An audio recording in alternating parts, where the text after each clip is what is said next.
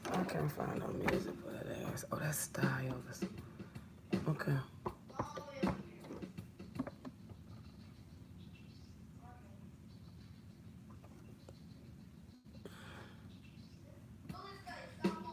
What the hell? Silver, silver.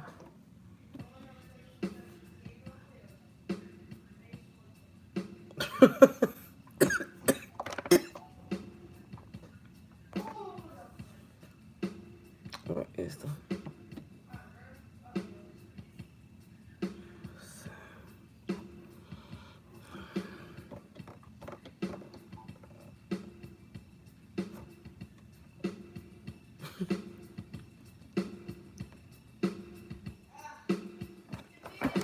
Welcome to the Bible study. Welcome to the Bible study. Welcome to the Bible study.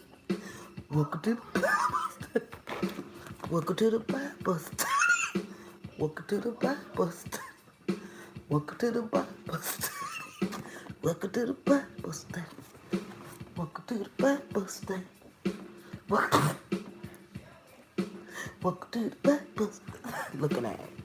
Somebody's playing bass, and this is the Bible study of the. We're gonna start doing this every Wednesday, and we're just going to open up, and we're just going to.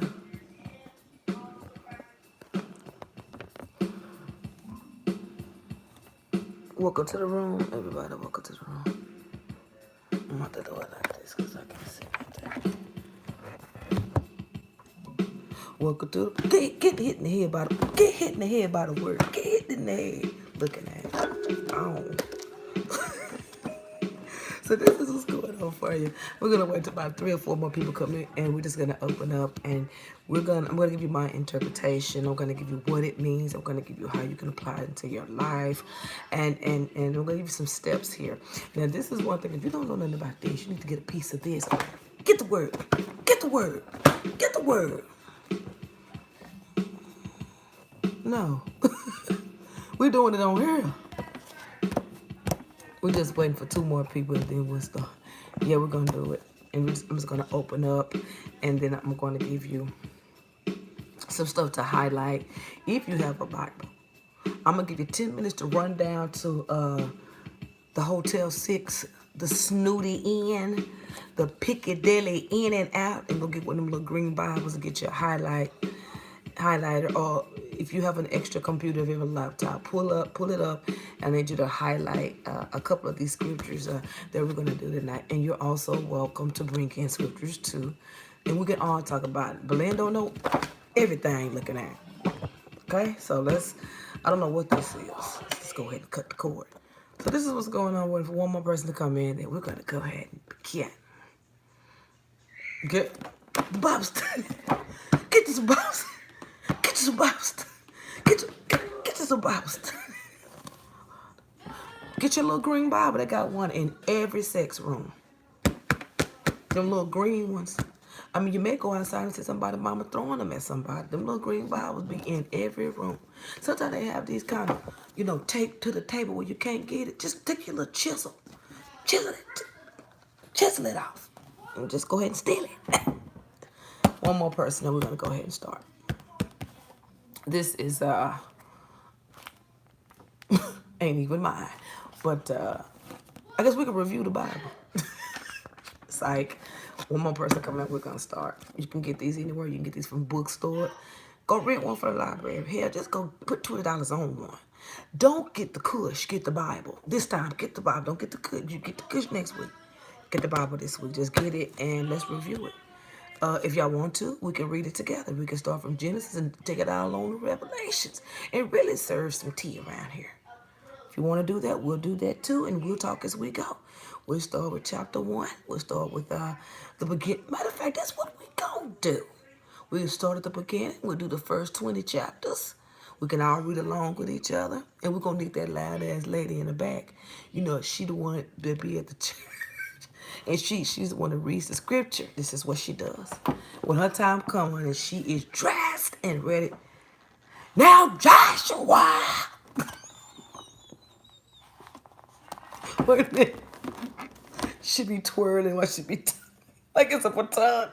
Now Joshua was old and stricken. I said old and stricken. I'm saying it. They used to have one in my They used to have one in my grandma church. Let me tell y'all a joke. And we're gonna begin. At my grandmother's church, they were on the street with a lot of homeless people. If you ask me, it was a lot of talented people. And my grandmother loved this lady that played the kazoo. I call it a harmonica, but a lady called it out. She used to play it, and she was about 90. And my grandma knew not to invite us to that. And my grandmother, she was an RN. She died a registered nurse. She was one of the first African American. Anybody know about Baylor Hospital in Dallas, Texas? She was one of the first African American nurses that worked there. Cool, everybody knew her, whatever. And she was a nurse at the church too. Jesus, this woman. And she would call, before she died, she would call, say, you know, my favorite artist. When she said artist, we would holler. Well, my favorite artist is gonna be, she's gonna be doing a couple of selections on Sunday. See, one thing with my grandma, when you go to church with her, you going to the altar, you gonna stand up and testify, and you better cut up. You better cut up. And if you talking, my grandma don't play. My grandma don't play with the church. My grandma will get up and solidify you. Get the talking and see. She used to have us sit on the front row. Get the talking. She'll get right up. If you don't, we used to be embarrassed. Listen, by the time we turned 10, we had already figured out. Talk now. And I used to spend the night of my grandmother's house because she wanted to go to church. My mom had her own church too, but my grandmother was a really family person. My grandmother was the type of person is, if you have 100 kids by another woman, my grandma gonna have all of them back, and all of them gonna come to her house, and everybody gonna go to church, and everybody gonna get saved, and everybody gonna stand up and tell what the Lord has done. And you better have it right. She didn't play. Give a bit. What the fuck? Baby, she kung fu panted me in my stomach because you know I'm a talking Teddy Ruxpin. We was sitting there talking, I was sitting there talking to my cousin, and she had us all stick together. What all of us was cousins. It'd be a whole lot of kids. When my grandma came in, they knew it was us. Because it was like little Trezor, Dookie. But that was a guy. I guess I must have thought I was all of that day. Not the wind. And we were sitting there talking. And I was like, sharp by 11. She still was having us on the front row. Still, she had us in everything in church. She had us in usher, choir, district choirs, district choirs, everything the church. Oh, my grandma had us in. She didn't be speed. Okay, I was turning this way.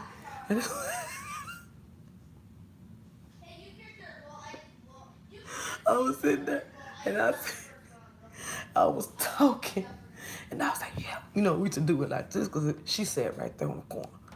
And, you know, you try to play like it was, my cousin used to fall asleep all the time. So she got out of that quick, and she got manhandled one Sunday. So I was over there just talking. And the first time she told me, I ain't gonna take you again. She'll give you that look, and you knew she was serious. She was like, I ain't gonna tell you again. And I was like, yes, ma'am. So I went to, my grandma was about 5 foot. My grandma got up. I was, that's all I remember. I just did like this. I just busted crying. I didn't know where my cousin shit was hollering. I told you, shut up. She knocked the gazoo out of me. I was like, oh. And I looked at her and she was like, don't play with me. I told you, shut up. One thing my grandma is, it was no silence. She would say it that loud. The preacher could be having praise and worship, and she would, man, let me tell you, she would just get up. What? I told you, like, shut up, what a word is on. I'm over looking. I just was not crying because I was embarrassed. I was embarrassed. She don't care. But she was respected. They ain't play with her.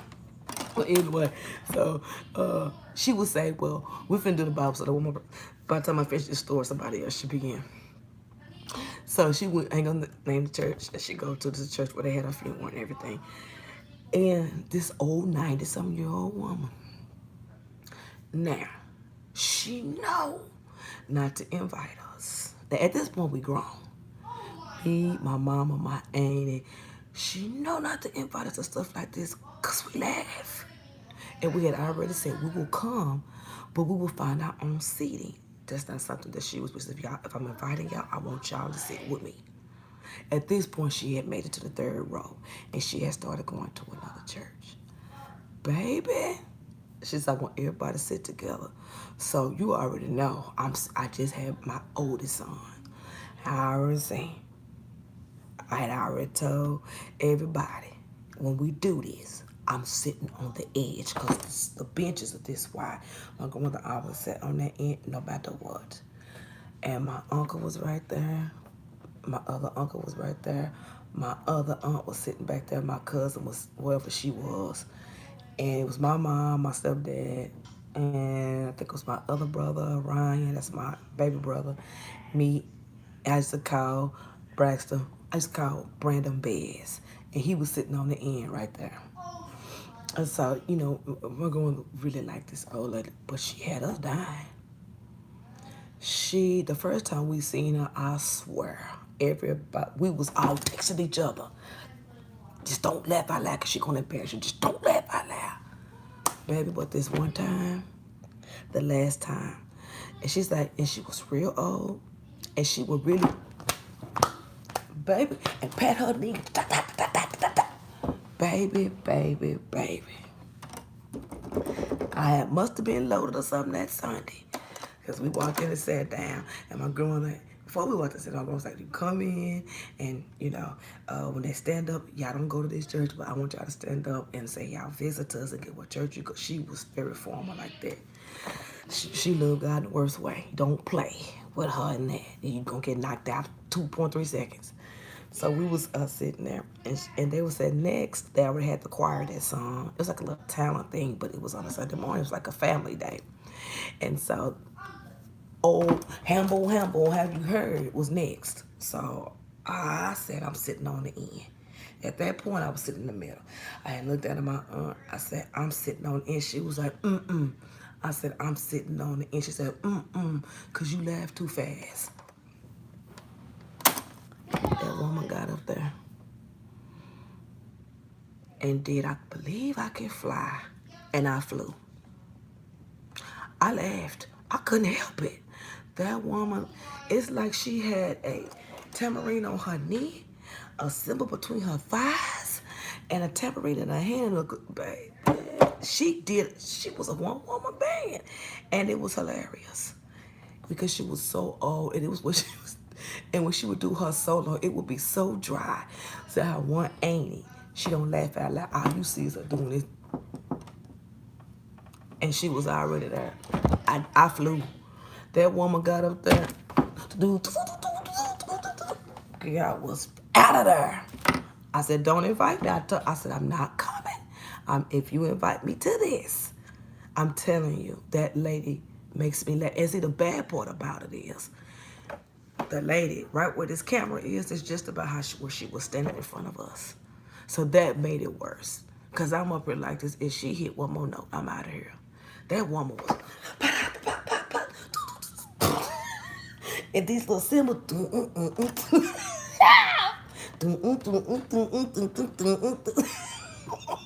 My grandmother loved her. My grandmother was up cheering her on. Play it! I was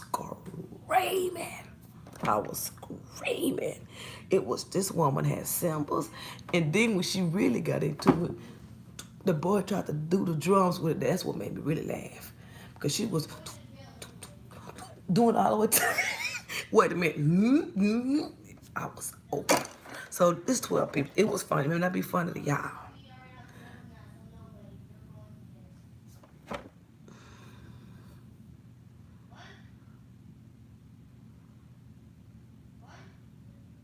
Brad,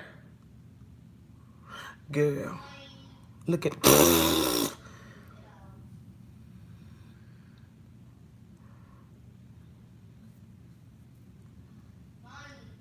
Diddy, Diddy, Braxton, Braxton, Diddy. We finna start. Diddy, Brandon, somebody, paint on the wall. Brandon, Diddy. Let me call him right quick. Hold on. Take this game right here. Braxton, can you please lower your voice? So we're gonna do the Bible thing. So what we're gonna do is I'm just gonna open up a scripture and we're gonna go from there. Kizzy Bay looking at.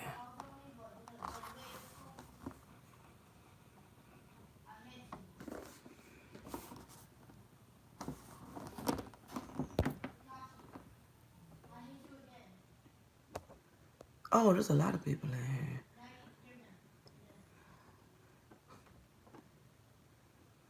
Okay, so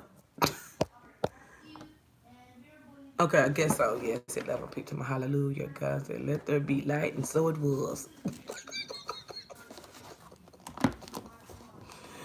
Look at this.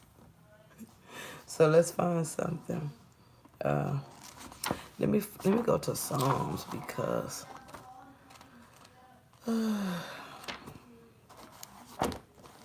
Okay, we're gonna do some. I think we did 91.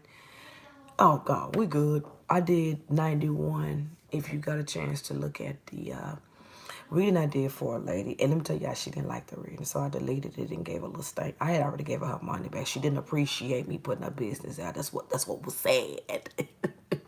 But oh well. You asked for the reading I served. What are you confused? You said okay. Okay.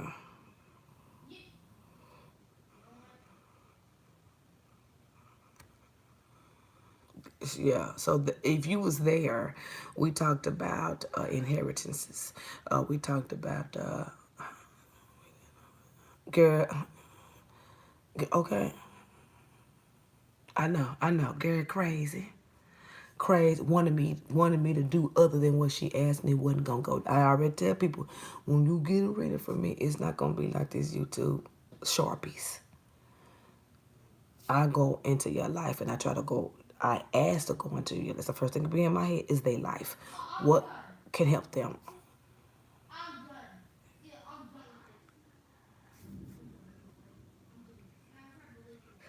I don't know, but we can find out in here. The judgment is when you first pass over. They call it crossing over. It's when you first pass over. You are waiting in line. You are waiting in line. You are waiting in line for your name to be called. And when your name is called, you know God's voice is louder than the earth. It's louder than the thunder. It will scare you if you hear it. He brings you before him. Of course, in heaven, as they say, and in the Bible, that they pray all day and that you kneel. You either go to heaven or hell. That's just what it is. If he tell you to go through that door, don't be expecting to come back here. You know, there is a door. There is a door. There is a door. You either go through that door or you get your robe. And you know your robe is your holiness. Every child, every person, everybody that comes to here from, everybody that comes there from here. When we was born, we come here with our robe. But when you go back, you either get that robe again or you burn like Kentucky Fried Chicken.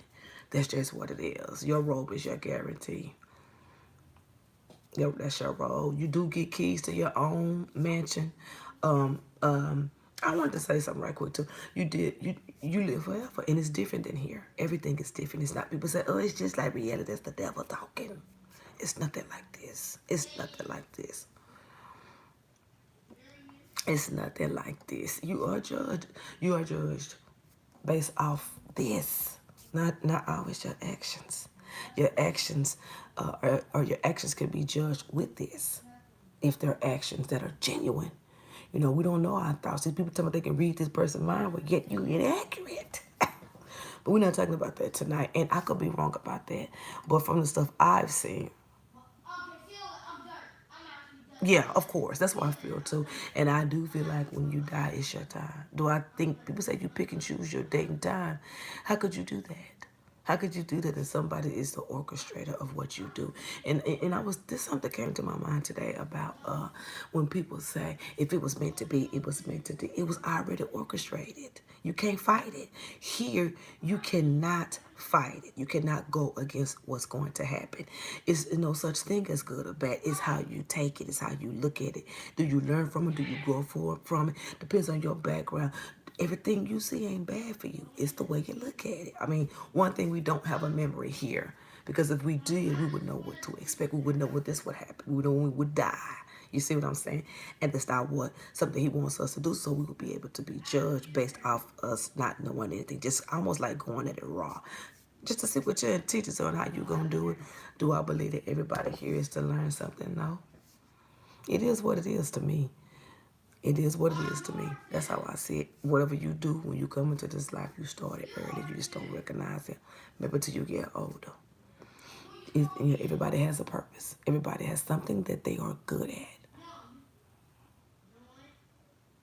Me neither. Girl, me neither. I don't even like, I was scared to die until I met a fire sign. Just a joke. But anyway, yeah. Yeah. So I'm over being fearful of death. I am. But not as much as yeah,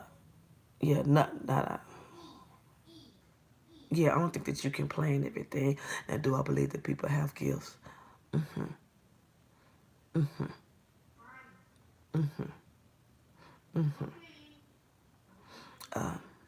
There's a lot of things that I want to discuss as we go on with this because I don't believe in past lives. What the past life got to do right now? That ain't doing nothing. Don't nobody care about no past life. Did you bring the money back in this life from the past life? If you didn't bring that money back from that past life, you can keep pushing. You and whoever you was with over there. I don't believe in all of that stuff. I think it's a con. It could exist, but if it does exist, they wrap it up in a con artist way, which takes out the true belief of where you came from. Right. No, but one thing about when you leave here, you don't have your body no more. Everything is telekinesis.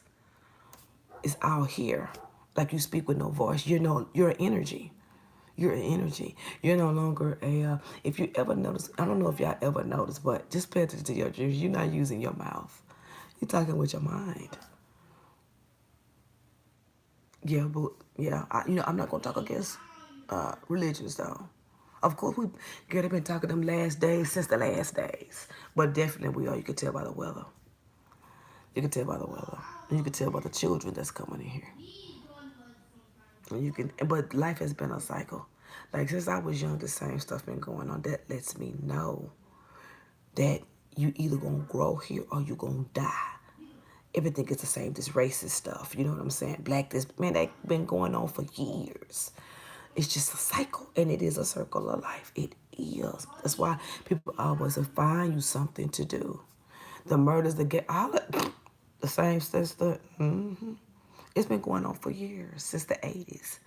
This life ain't no new thing. Everything is recycled, even the fashions. Girl, they was wearing braids in the 70s and 50s and the 20s. They've been doing the lace wigs because lace wigs really was for cancer patients. But the girls wanted to have some real hair, and they got a hold to the ancient Chinese secret. And went and got them a couple of, this stuff is not new. Hair color ain't nothing new. Girls been Kool-Aiding. Girls been putting Kool-Aid in their hair. It's nothing new. It's nothing new. It's just a step up. It's just growing. I mean, I know for a fact we're going to the time to where this won't be like this no more. Everything is going to be year 2020, year 2025, where you can see through things, where you can press buttons and you can see your whole wardrobe. I mean, this is just the beginning of the new age, and I hope by damn I'm dead. Okay, if I was to ever see Dee Dee flying across this damn earth, they would have to kill me that day. I'm like, is that Dee Dee? Shoot me now. Because definitely there's going to be an issue. So let's just go ahead and get into the scripture. Last time, if you saw my reading with the lady, we talked about your inheritances. We talked about where a man was praying to God about That's what he depended on. He depended on his faith. He depended on what he saw. He depended on under the sun and all these things that have happened. That's what I'm trying. Okay, 100 times. That's why I feel like I done been here 50,000 years. I keep saying the same thing. Nothing new. Nothing new. Like if you live this life and you ain't wise by 25, you need to open your eyes and see. Ain't nothing new. These games ain't new. These ninjas ain't new. These girls ain't new. These fake booties ain't new. They've been doing this stuff for years. Ain't nothing changed. It's just new people coming into it. And they think it's new because they've never seen it before. So, whatever. Whatever. So, they were being, their town was being robbed because they had a jealous heathen. He called it a heathen, a jealous person coming to the kingdom trying to take their inheritance, which was rightfully theirs. They had peace in the land. There was many kingdoms that surrounded the city, and I forgot the names, but we're gonna keep it pushing. So a heathen, as they called it, a hater is what we call it, came into the city, and since they wouldn't give up what God gave them, it was a threat to the kingdom. You know, a threat. I'll kill you if you don't give it to me. They didn't give it up. So they decided to destroy the land. The land was built of animals, bulls, cows. They started shooting them and killing them and barbecuing them back there. Well, I don't know if they were barbecuing them, but they were killing them and threatening them. And what I mean by threatening is just leaving them dead dogs and all in there to show a sign that we mean business. Slaying the city, they even killed Jacob, one of the kings, out of jealousy to prove a point, but it didn't get nowhere. Because all they was doing was wasting their time. But there was a man that knew what his rightful ownership was. He knew why he was there. He knew who he could depend on. He knew his right. He knew the words. He knew how to get. He knew how to get God's attention to come save their city, because they was on their last drum, and he was in a private place, pleading, asking, please, please come to us, please, please. And then God didn't respond, and then God didn't respond because they were still slaying the city. And the devil, the heathen, came to that man and says, where is your God now? Where is he? Where is he? Where is this great person you say is going to save you? Because we have killed your kings. We have slayed your city. We have made pig's feet out of your pigs. We got a brisket sandwich on sale, $5 with extra barbecue. What you going to do? Because everybody hungry. We back here selling sandwiches, but we ain't got no potato salad, so what's up? You going to still pray to that? And he just kept on praying. He just kept pleading. He never ceased it. But then he had found out that it wasn't getting him nowhere. So he went back out and started seeing more killings, more of this, more of that, just because they wouldn't give up what was rightfully theirs, but it couldn't be taken because the promise was that it was theirs. And they trusted God in that because he ain't never lied to them. He knew that was their Savior. He knew that was the only person that could save them. But then he began to pray different. He got God's attention with the truth. You say you are the God of this. You say you are the God of that. Come and deliver us. And it showed up. And to me, I brought that scripture out because no matter what, you have to know how to talk to the Lord. You have to know how to command him. These girls are around here commanding spirit. And he around here lying and shucking and jiving. But this man knew how to pray to him because he didn't have a choice but to adjust his language because he was getting desperate. He was getting desperate because he knew he was next. He says, it's not our time. Come and save us. I know it's not my time. I trust that this devil is here to kill and destroy, but I know better because you done got us out of other things. Because we knew what to say to you. We knew how to bring you into this place. And I'm just asking you, only let me die when you call for me to come, but I need you to come. I need you to come. I need you to come. I need you to come. And I need you to come. And I think something got into his spirit and he just began to just say it. Just say what was in his heart and say what was in his mind. And then I just started making everything clear. Everything was over. Everything was dead. He didn't even see the light of day. But just because he trusted and knew how to command and talk to him right, he came and he used what was left over and brought the remaining people out. And those are the people that really trusted. Those are the people that trust. It could have been 2, it could have been 3, it could have been 4, but something had to happen to save their lives other than to call. They were supposed to be there. They believed and trusted. They believed and trusted. And they kept their lives.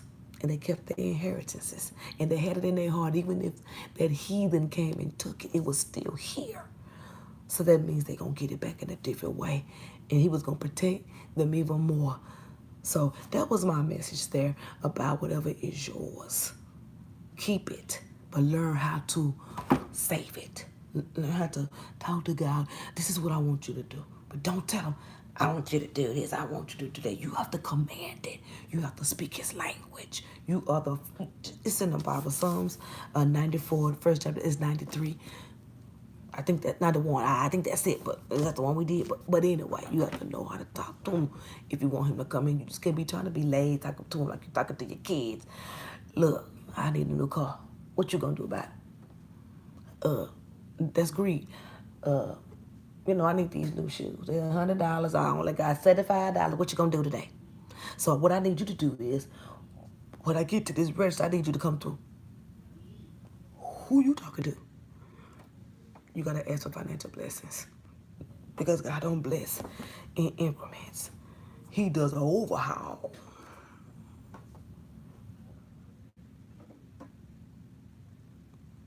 Right. He do an overhaul. He may come give you. He may come do it. But see, he know what you need and he give more than enough. That's why when he blesses you, he blesses you in an overhaul. But he do it when you on your lap. See, he'll give you 3 breaths. That first with the big, oh Lord, I'm tired of waiting. That's when you begin in your faith. Because when you have faith, you don't even do nothing. You be like, I know you're going to do it. I ain't worried. You done provided me with a job or car. And I ain't worried. I know you're going to do it. But when you get close, that's when he give you that last win, and then he'll sweep up. And he'll sweep up and just tuck you up and take you on another day, because he has to give you a fresh energy. He has to give you a fresh breath because he know you're getting tired. He know when to come in. He know when to come in. Again, there could be a pistol to your forehead, and I bet it won't go off if he's got anything to do with it. Go ahead and shoot me. I bet it won't go off. Now, don't go home doing it, because some of y'all may die tonight. But I'm just saying, he know what to do. He may give you that first win and push you back up and get you back in the game, get you going good. Then he'll give you another one to let you know I'm on my way. Just hold on. I need to see what you're going to do when I throw these last trials and tribulations. You're going to be willing to go through some stuff. You can't get blessings just by asking. That's too easy. You tricking yourself. Because if you ask him, he going to do it like that. But then he going to hold out on you when you really need it, to see if you trusted him them other 2 times, or you just coming because you need something. He'll do it. Or he going to make you work for it. And you're going to learn your lessons. You're going to learn your lessons. You will end your life learning lessons if you don't get what he's trying to tell you. He know how to do you. So we're going to go ahead and go. We're going to talk about Psalms 94 and 94, and it is about vengeance. It's about power. It's about letting him fight your battles, and knowing, and if you are going to take vengeance on somebody, how to do it, how to do it. So in 94 it says, O Lord God, to whom vengeance belongeth. O God, to whom vengeance belongeth, shew thyself. And he's cutting up on, because I know that you have the power to do what I can't do. I believe that you have the power to do what I cannot do. Okay? And then he would have says, lift up thyself, thy judge of the earth. He's talking about God, and he says, render a reward to the proud. He's asking for him to cover his believers.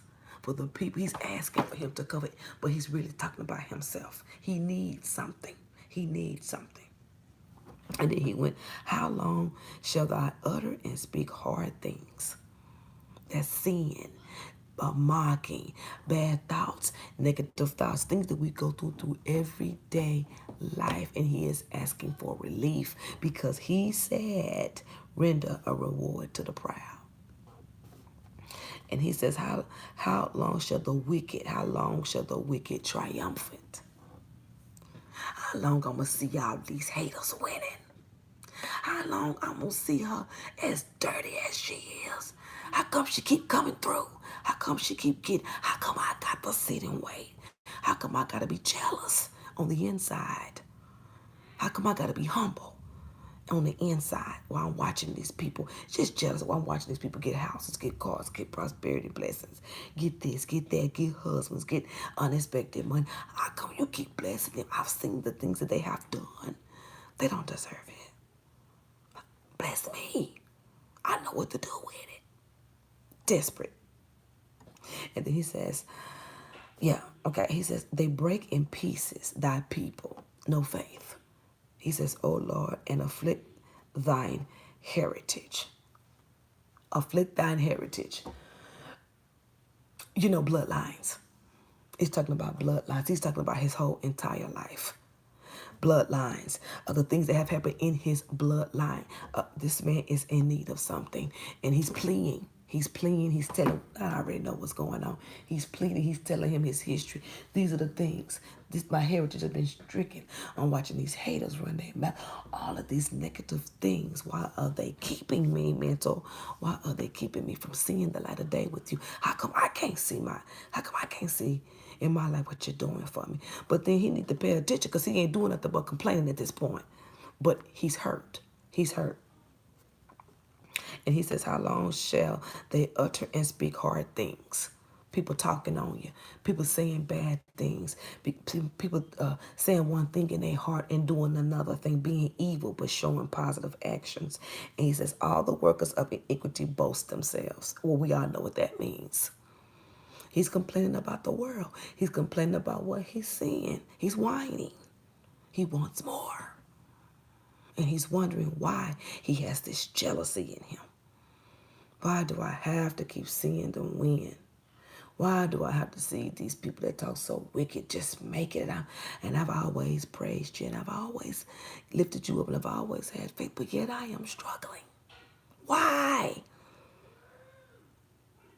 Okay, and then he say, they slay the widow, killing people's wives or husbands. They slay the widow and the stranger, and murder the fatherless. He's talking about the people. He's talking about his kingdoms where he is living. He's still.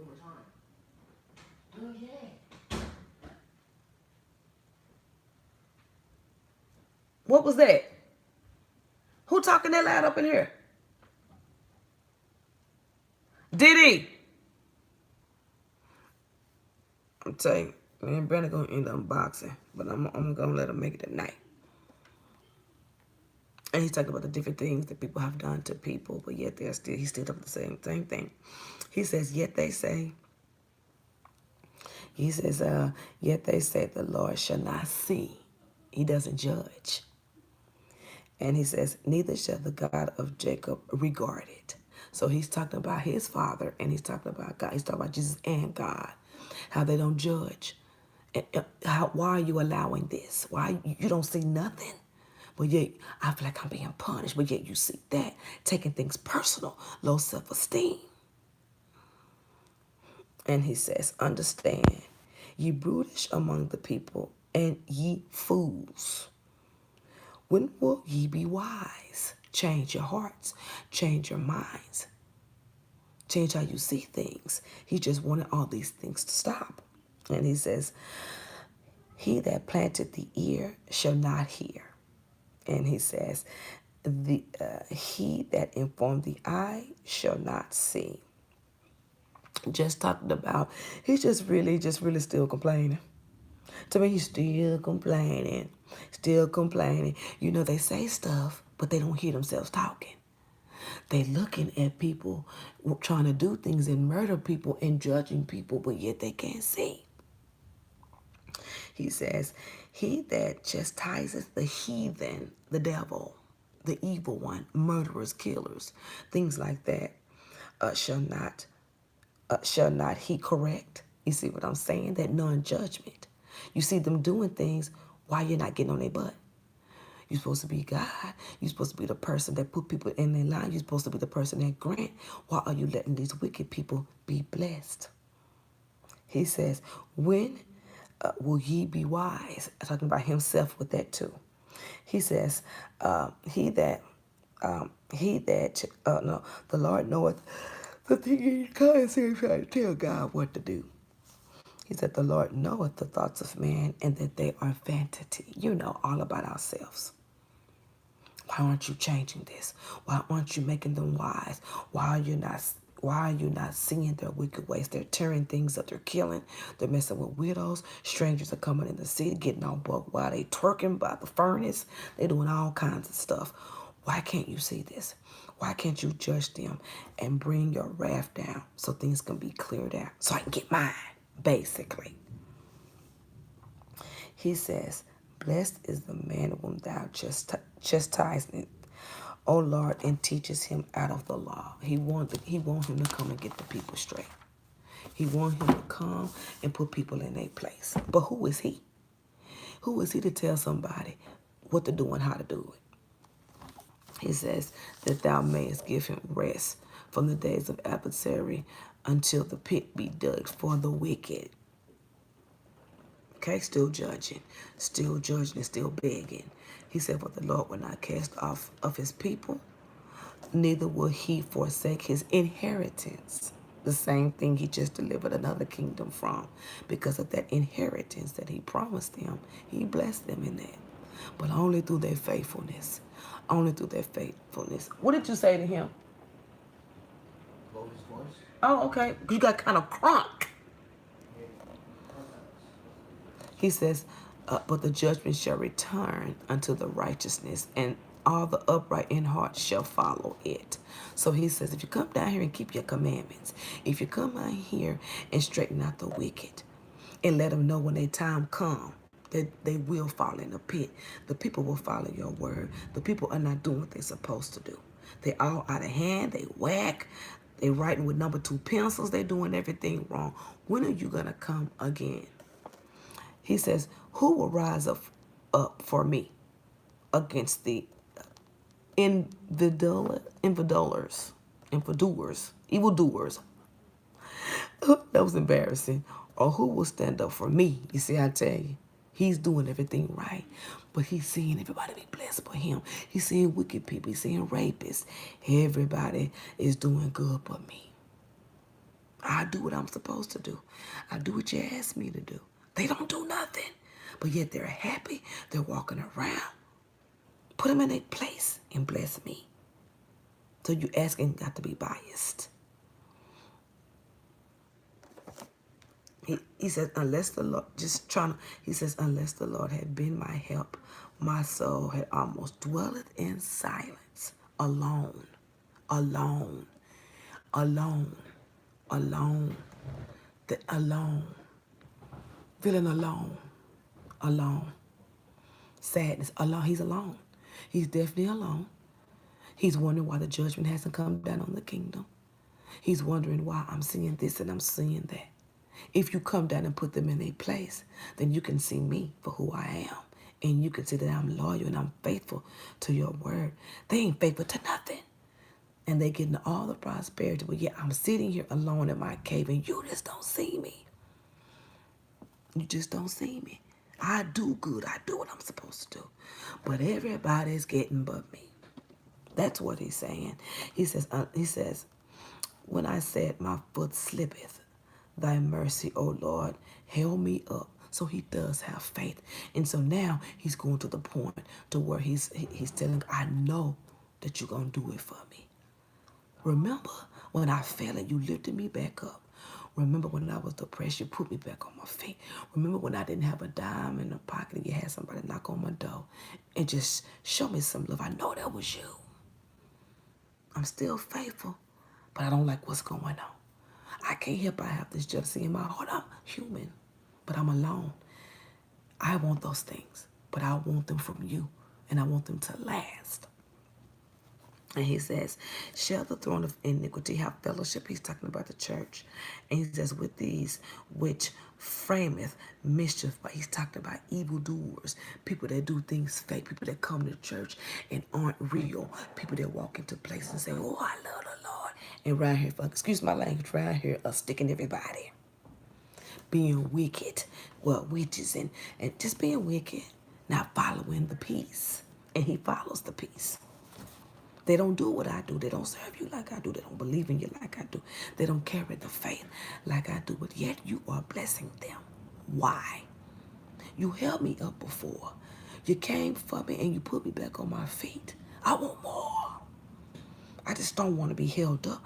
I want to be held up and be prosperous like the wicked. But I don't want their soul. I don't want their heart. I don't want their heathen title. And he says, in the multitude of my thoughts, as I think up, as I lay in this private place, and I begin to think. I'm thinking and I'm thinking, says, within me thou confronts, delight my soul. You have come to me and you have spoken to me in my time of need.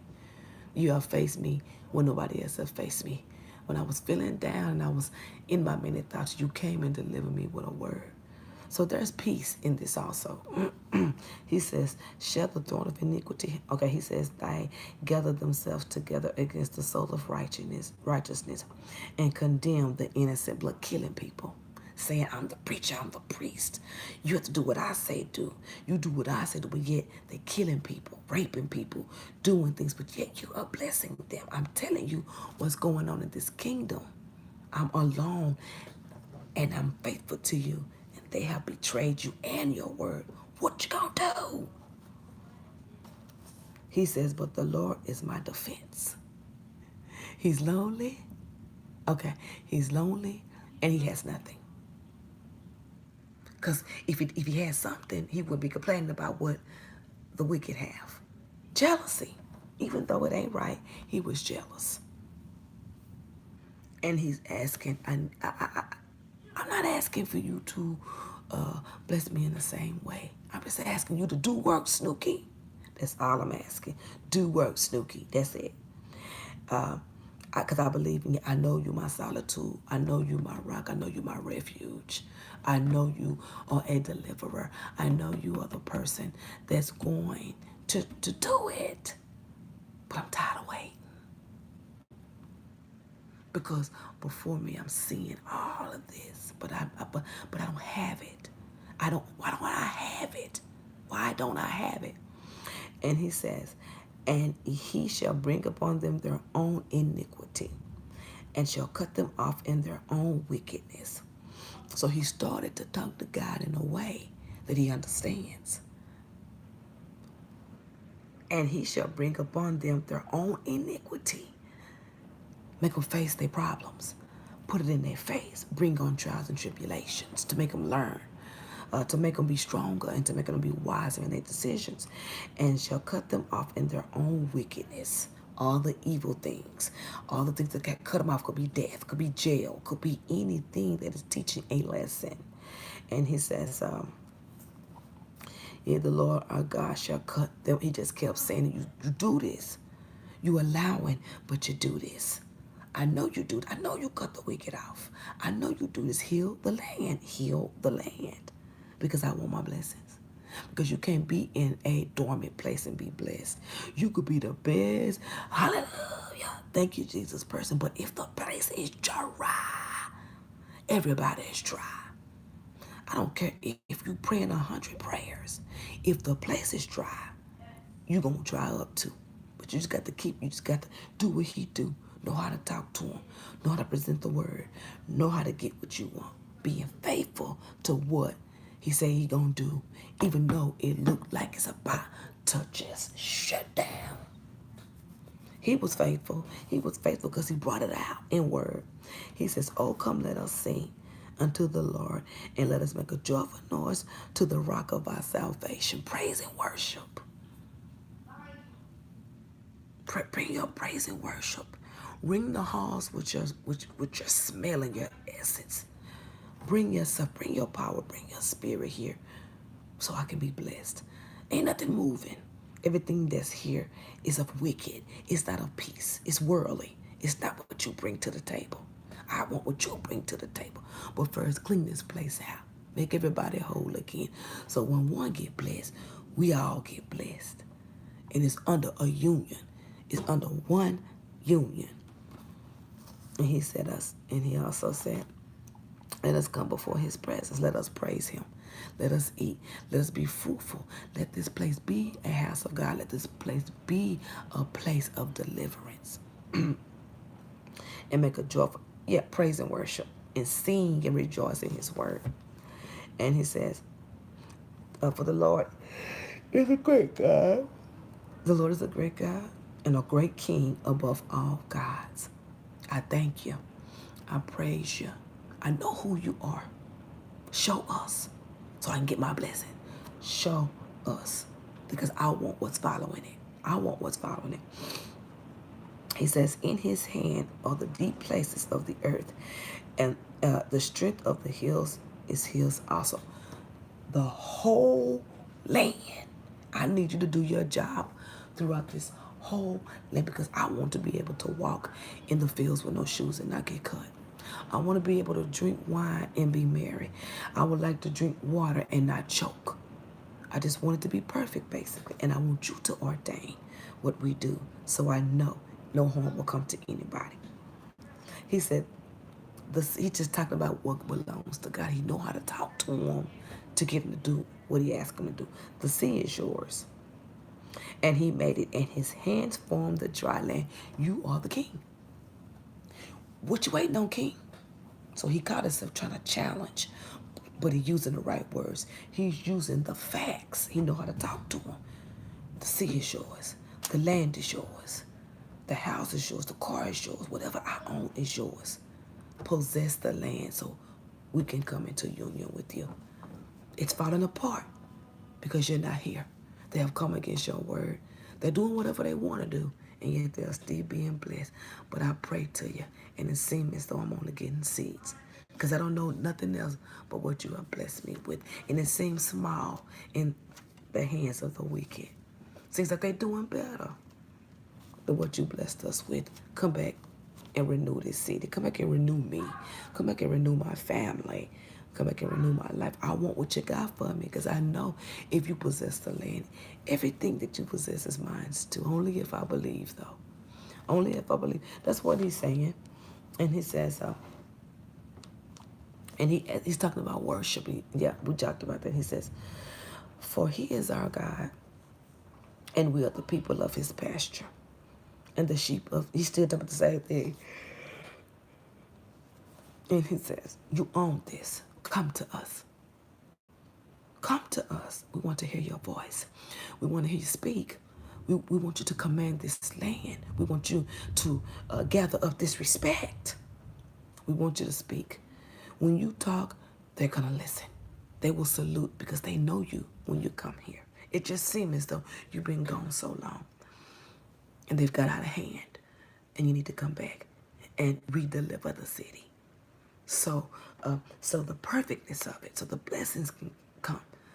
So we can praise you every Sunday like we're supposed to. So we can read our Bible like we're supposed to. So we can share like we want to. So the widow can live. So the wicked can turn good. So the children can play outside. This needs to be a whole city.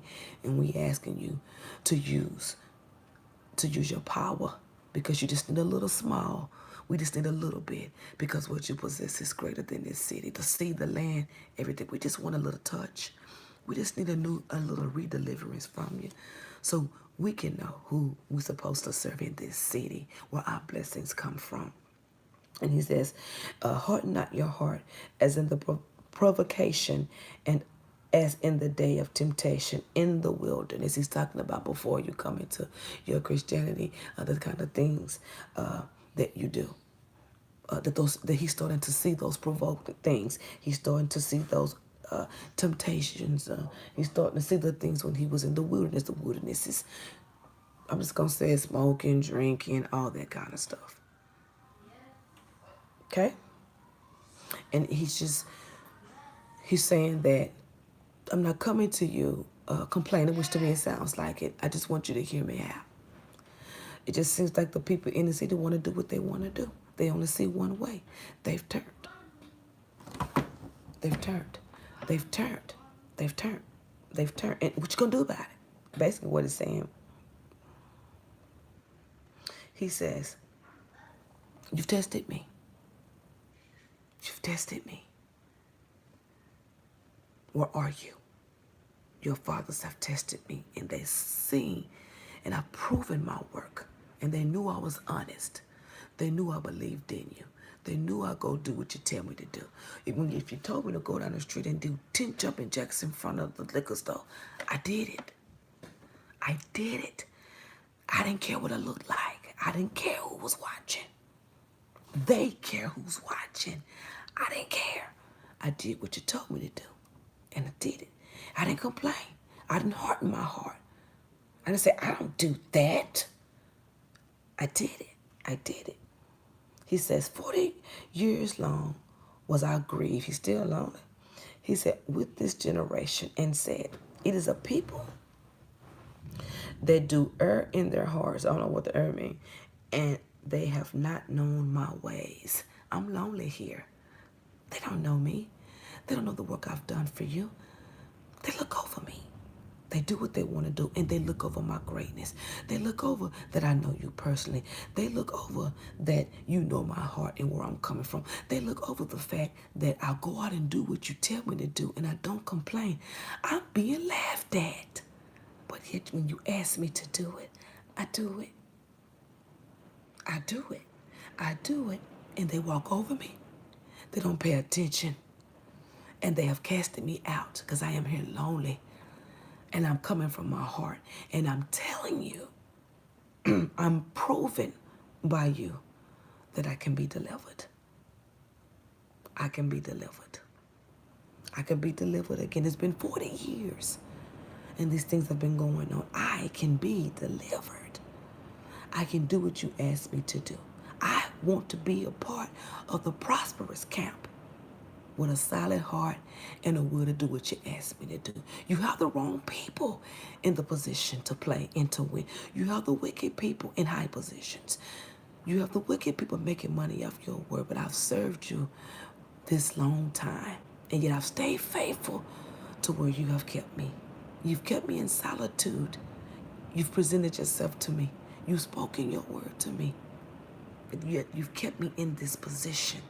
And I'm ready to be promoted to the next level. I have faith in you. I do your work. I want to be blessed to the next. I want to come out of this. I want to come out of this. What you gonna do about it? That's what he said. What you gonna do about it? And he says, unto whom I swear in my wrath, to you, when the end times come, I know you're going to be the one to judge me. That they should not enter into my rest. These evil people. When I pass over, I know they're not going to go to heaven. I know they're not going to go where I go. I don't want to see them. I don't even plan on seeing them. Because I believe in what you done told me. I believe in your judgment. I believe in your power. I know what you can do. And then we get into the 96th verse, and he begins to talk about singing and praising. I believe that he got up from that place and just started walking like somebody that just get happy for no reason. Like he started feeling himself. I'm about to come out. I'm speaking to myself. I'm saying all of this. I ain't got no answer. But my hands is moving. My shoulders is moving. I'm speaking life back into myself through the word, to what I know to be true. I just believe that he just went to moving and inspiring himself and speaking to himself and started raising himself up. And then he just started to go into a song. He just got happy for a minute, that's all. And he says, I declare, remember he walking around. He about to bring his own self out. He's speaking to himself. He inspiring himself. He's encouraging himself because he says, I declare his glory amongst the heathen. He was happy at that point. He says his wonders among all people. He was serving in the cave to himself. He says, for the Lord is great and greatly to be praised. He is to be feared above all gods. He was inspiring himself through those words. It activated something. It activated something. It made him great. It made him perfect. It made him stand up. It made him whole. It could have been for 30 seconds, but he got into it.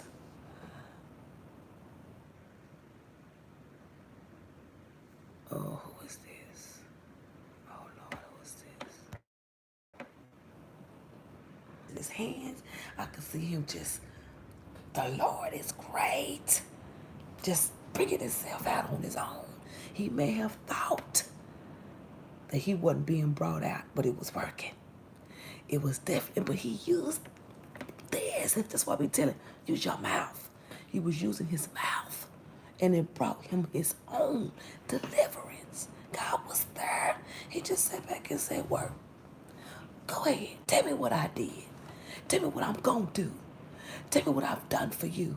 Tell me who I am, and that should be enough to bring yourself out. You won't move me. You won't change. Keep speaking. You don't need me all the time. I've given you stuff. I've given you things. I've given you Bibles. I've given you scriptures. I've given you things. Just quote them. Just quote them and bring them into your mind. Bring them into your spirit.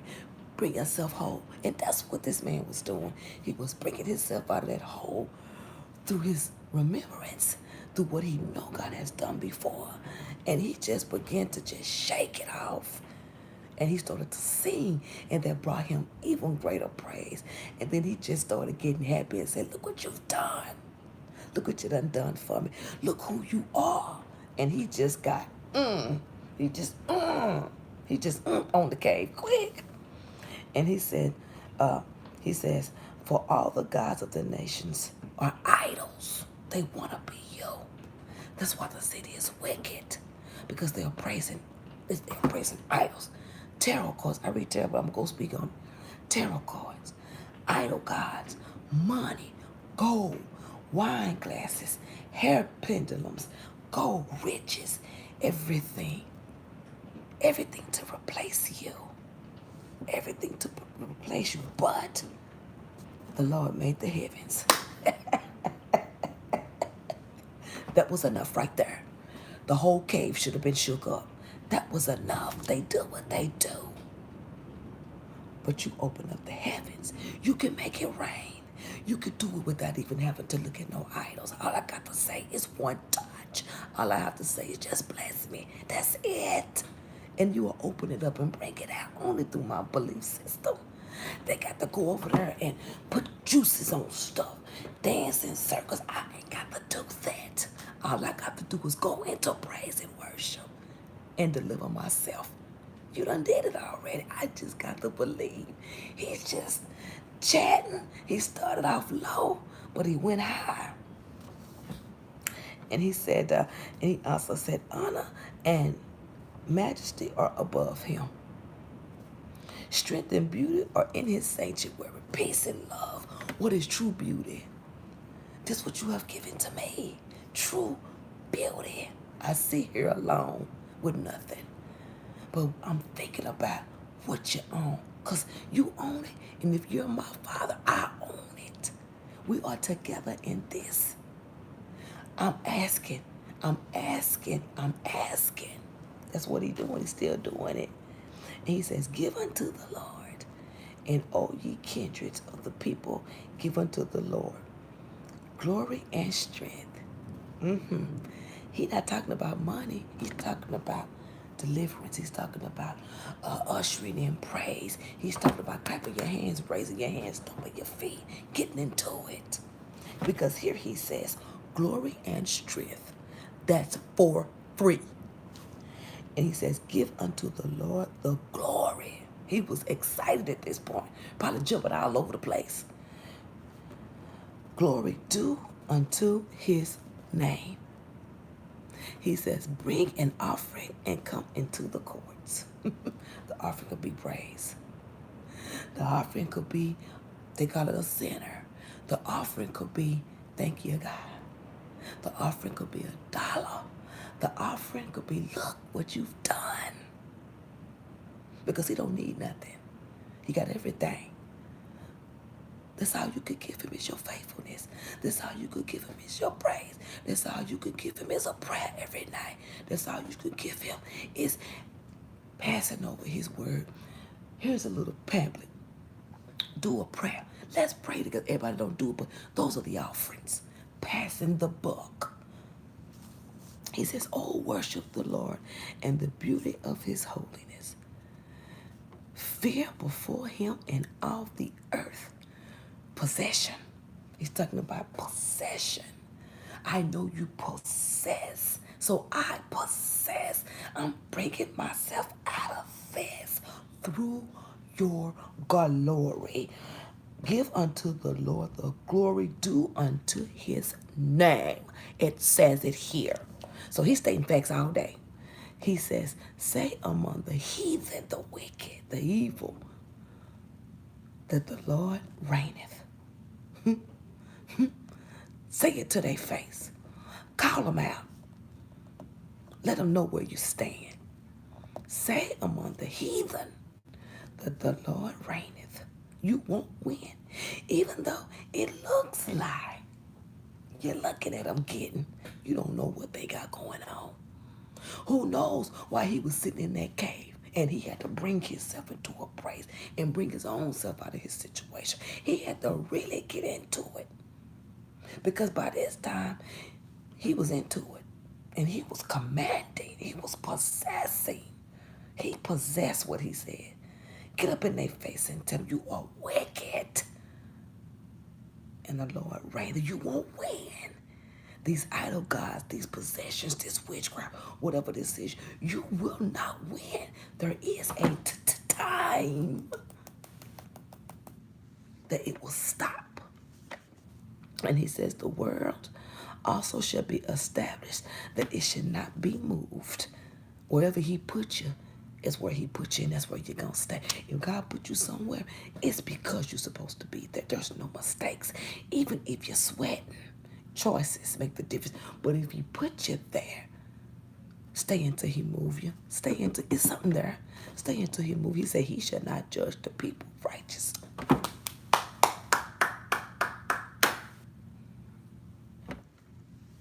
He said, let the heavens rejoice. He was, man, look, he was all right. Baby, he was opening up that cave door. He had to kick that cave door. He's about to go get a subway somewhere in Jerusalem, okay? He says, and let the earth be glad. Let the sea roar, and let the fullness thereof. By this time, he was outside of that cave.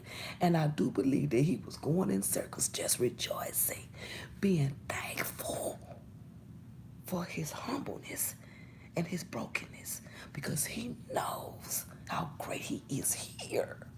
He ain't worried about being judged, because he's great here. And he says, let the heavens, he says, let the field be joyful, and all that is therein, the animals, the trees, the fruit, the grass, the sheep heard us, all the people. He says, then shall, see, here he goes, and then shall all the trees of the woods, everything that he possessed. The trees praise, the grass praise, the donkeys praise, all of them. And he says, before the Lord, for he cometh to judge the earth. He shall judge the world with righteousness. Judge the world before he judge everybody else. And that's what they say in the ending times. They say God that first time he did it with water. And the next time he did it with fire. And I think this time I forgot it was, so that's the judgment. That's the judgment. He'll take his people first, and then he'll go ahead and do what he needs to do with the remaining. And he says, and the people with his truth, judgment, going to heaven. He went to 97, and he said, the Lord reigneth. Let the earth rejoice. Let the multitude of ours be glad. Many people, many homes, many places, businesses. Keep a cross in your business. Keep a cross in your house. Keep a cross somewhere. He says, clouds and darkness are round about him. Righteousness and judgment are the habitation of it. Even though they may talk about you, even though they may try to belittle you, just know that it's his throne. He will have the last word. Trouble don't last always. That's what he's saying. He says, a fire goeth before him. I'll clean the place out before I let you go in. And he says, and burneth up his enemies around about. So when that time come up, it's slay time. That's when he gonna clean house. And he will prepare a place for you. He will prepare, he'll burn them up. He'll get them out of there. They'll clock out today. And when you get there, it'll be a resting place. All the trouble would have left. He'll get them out of there. He'll get them out of there. And he'll make peace for you. He says, his lightnings enlightened the world, and the earth saw and trembled, because they knew what he would do when he come with all the idols, tarot, all of that. Clean it out. Clean it out. He's cleaning it out, and they are running, and they are scared, and they think it is the end of the world. But he's just doing what he's supposed to do, cleaning it out so he can bring his people in, so they can keep rejoicing him, so he can visit the place more. He only come when you know how to call him. Other than that, you're just doing your thing. He'll do this and he'll do that, but he'll do more when you bring him in and keep him there. That's what he's saying. The hills melted like wax at the presence of the Lord, because he was killing and cleaning house. This ain't gonna happen here. I got somebody around here praying. I got somebody by themselves around here trying to get things done. He's praying to me. He's pleading to me. But I don't see nothing but wickedness.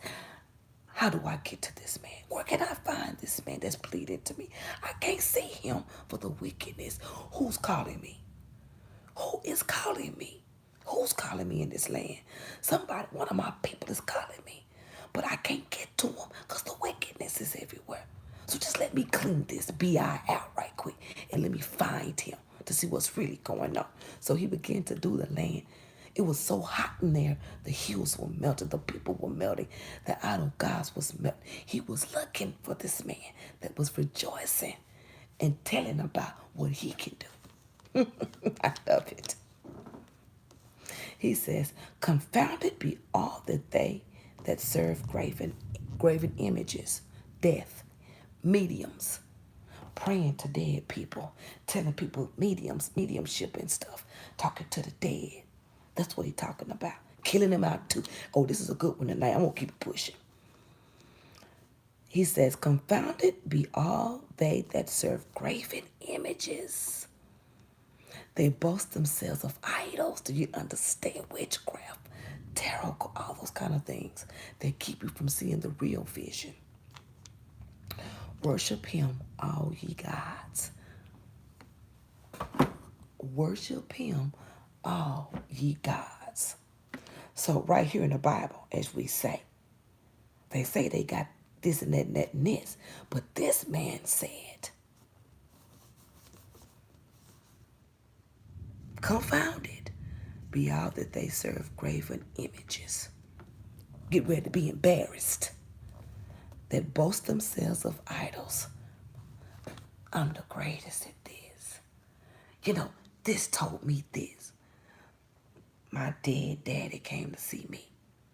Oh, I'm going to send this spirit over. All of that kind of stuff. Putting that, believing in that, that's demonic. That's not spirit. It's spiritual in a sense, but it's a different type of spiritual. It's idols. It's idols. I read idols too, but you know, I know how to work it. But actually believing in that idol and living your life through it. And just believing it more than you believe in God. He'll teach you a lesson. Oh, he will teach you a lesson. You'll see. Keep on talking about spirit and all that. We're going to see. And he says, those idols have to praise God too. So remember that. He says, Zion heard and was glad, and the daughters of Judah rejoiced because of thy judgments, O Lord. The people begin to come together. Zion, the land. They begin to praise again. All the goodness came back out. You were starting to see people you ain't seen before, daughter, son, men and women, all whom was separated from his peace. When he came, they was front and center. They was front and center. It was no more wicked winning. It was no more witchcraft taking over. It was no more in the city burning sage and doing all that in the city, idolizing gold, dancing with necklaces in the streets, dancing naked. That's idling. Possession. Possession and greed. That's idling. He began to see his friends again. He began to see his people again because God had cleared out the land. He cleared out the land and he got rid of the wicked. He put them in their place. He put them in a place where they can be in solitude like he was. So they can come out praising. So they can come out worshiping. So they can be under union. Oh, he'll put you in your place. He'll put you in solitude so you can think about things. He'll make it look as though you have disappeared off this earth. Oh, he'll get you by yourself so he can talk to you. Let you know what's up. Show you what he offers. Show you what he can bring you out of. Change your thinking in your mind and how you see yourself. But it's up to us to get out there and present it. Yeah, I don't know what an archangel is. I've never even heard of that. That comes from candles and stuff. That comes from these old frauds. If God ain't never told you about no archangel, you stay in the lane where you know things. Don't go beyond your thinking. That's when trickery and deceit comes in. Stay where you know. You don't know anything about it. And if you have to question it, leave it alone.